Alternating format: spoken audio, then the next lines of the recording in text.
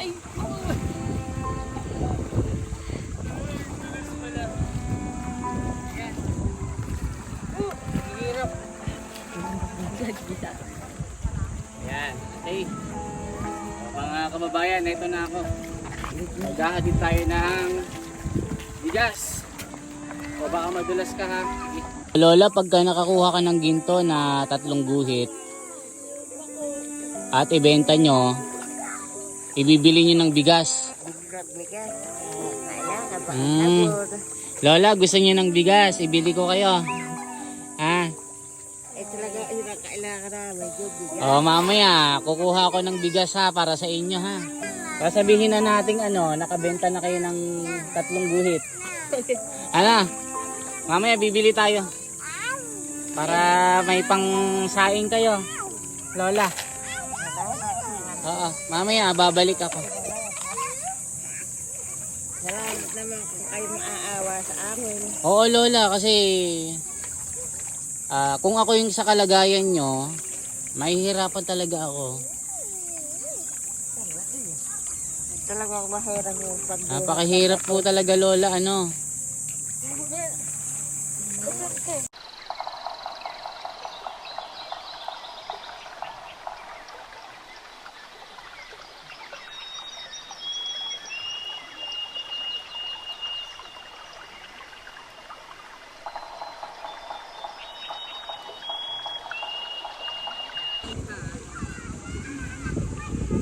Pagka nagulas ako, bahala na.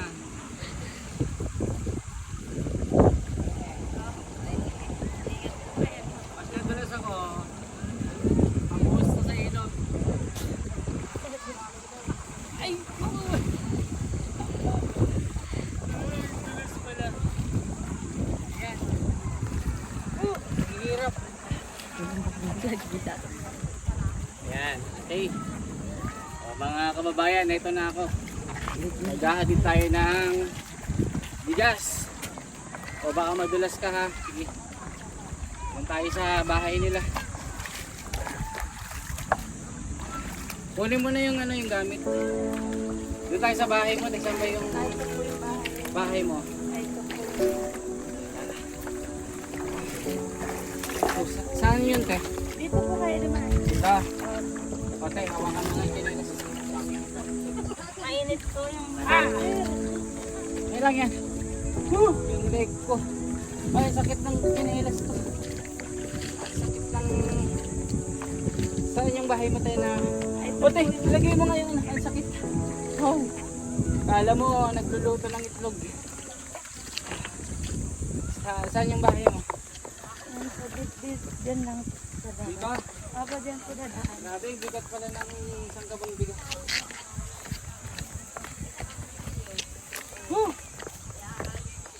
Nasaan lang? Ang bigat. Dito po. Saan? Dito. Opo. Ay, grabe. Saan? Ito po. Ito, grabing bahay mo. Ito. Opo. Grabe. Ito yung bahay natin. Ito. Dito. Opo. Yeah. Dito. Pagod pa po O, kayo. tawagan mo si Lola, yung mga kasama mo.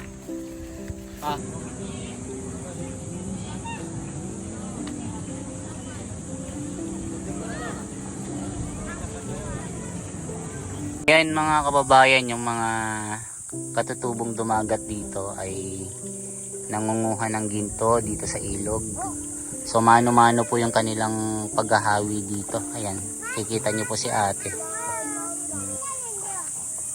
Meron silang gamit na salamin para makita nila yung ginto. So yung kulay pink doon ay meron na silang nakuhang ginto. So mamaya papakita ko si Lola, siya po yung pinakamatanda dito. Ayan si ate. Kasama rin yung mga anak nila na nangunguha din ng ginto. Ayan, ang lakas ni ate, hinawi yung malakas na yung malaking bato.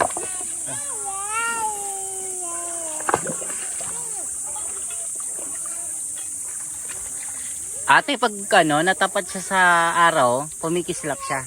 Opo. Kaya pala. So sabi ni ate kanina, yung 3 guhit daw ay nabebenta nila ng 750.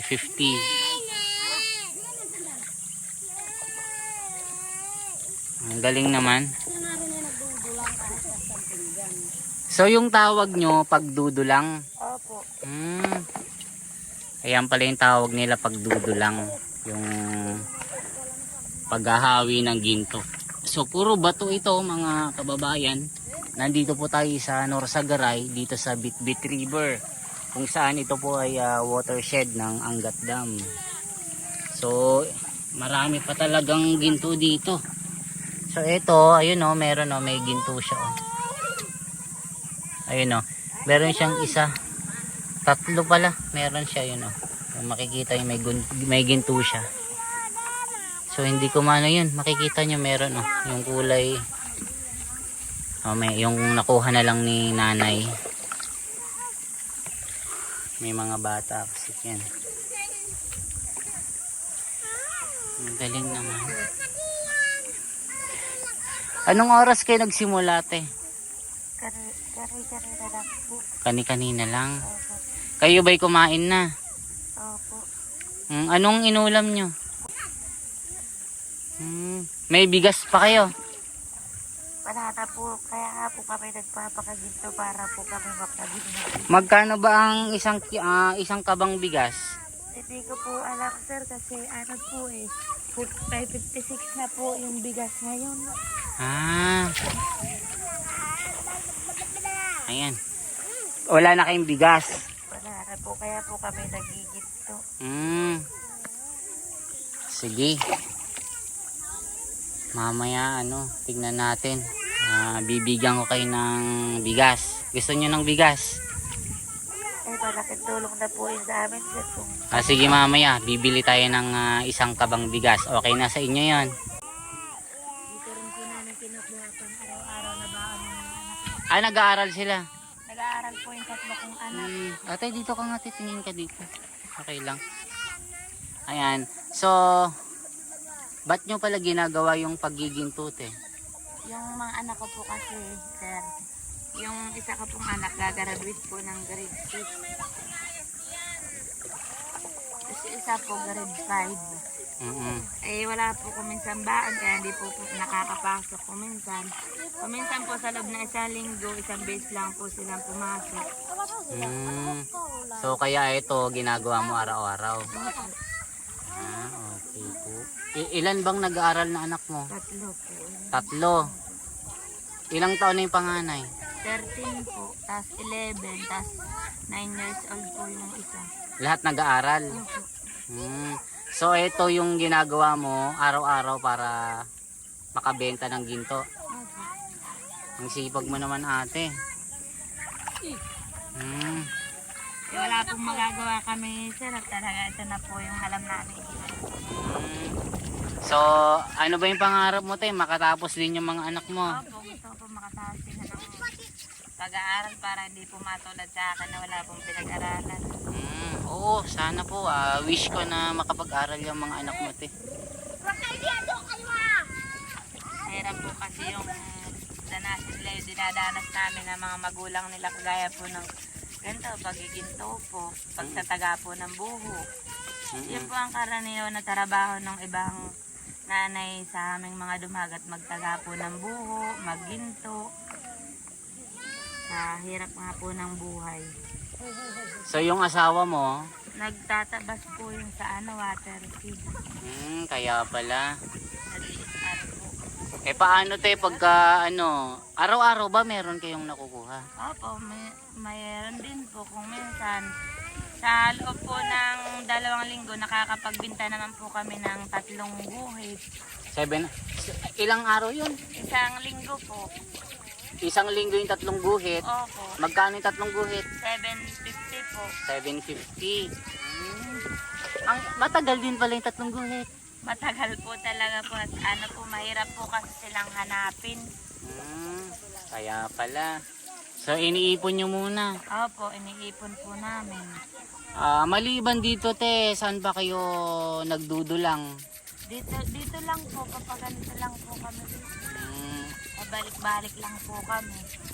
So dito hindi nauubos yung ginto. Hindi po, lalo po sana kung maipalalim po namin ito.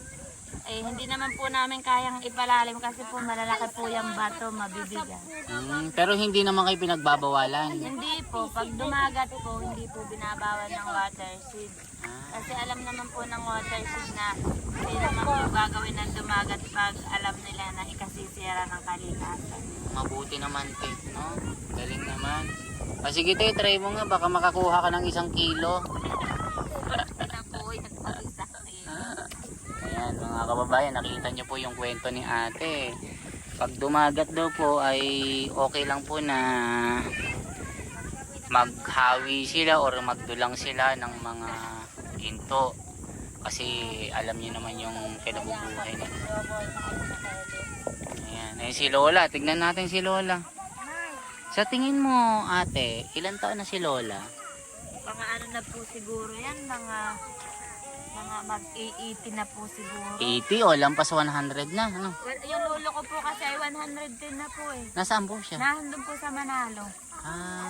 Kasi lang po hindi po namin maasikaso yung ano niya kasi hinahanapan po kami ng birth certificate. Ay nung una pong ano, wala pa pong birth certificate nung panahon pa daw po ng hapon na siya isilang. Kaya pala. Sige ate, si Lola naman, tignan ko. Ayan. Ayan mga kababayan. Si Lola naman, may kasamang bata kasi. Si Lola kasama yung anak niya, yung apo. Lola, meron na. Patingin nga ako. Mamaya, subukan ko, pwede po. Ala, grabe yung galing nila. Nakaka-amaze naman kayo. Yan, ito yung pangunguha ng ginto. Ayan, ang galing na ng bata. Ang galing niya. Naghahawi din siya. So, yung iba naglalaro na lang mga kababayan. So, pagka nilaliman pa ito, marami talagang ginto, Lola, ano? Hindi ba sumasakit ang mata nyo?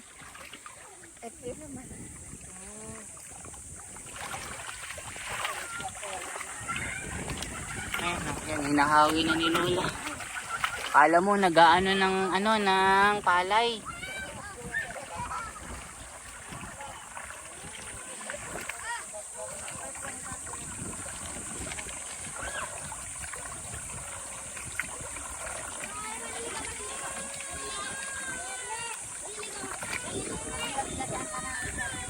Lola, mga apo nyo na po lahat sila. Lahat po yan. Mga anak ko, anak ng pamangkin. Nasaan po yung asawa nyo? Oh, ganyan pala ang ginagawa nyo. Ay, ang galing oh. Ayan mga kababayan, nakikita nyo kung paano nila kunin ang ginto. Ayan, hinahawi-hawi nila. Ganyan po yung hirap ng buhay nila mga kababayan. Talagang nakaka-amaze po. Tingnan nyo oh, paano nila ginagawa.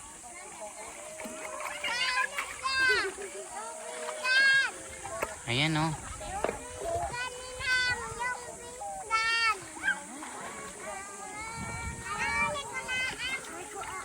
Ba't nyo ginaganon na eh? Pinapaanoan ng tubig. Para maiwan yung ginto.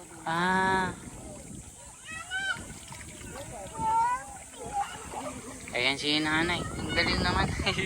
Natutuwa ako kay nanay. Ayan, ganyan po yung ginagawa nila mga kababayan. Patingin tayo, may nakuha ka? Patingin tayo. Saan? Saan tayo? Patingin tayo. Ang galing mo naman te. Grabe, ganito palang ginto na nakukuha sa ilog. Ayan siya oh. So saan natin ilalagay ito? Dito ko po yan nilalagay. Ang ganda, patingin. Patingin tayo. Oh, ilagay mo nga. Ang dami naman, te. Nakuha mo na. Patingin.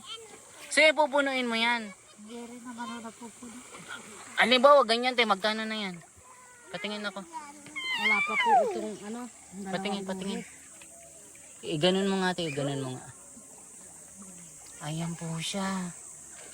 So, paano ko malalaman na may isang guhit na po ito? Eh, kumakalansing ho dito sa buting. Ah, okay. Ang galing naman. Ate, thank you ha. Tingnan ate.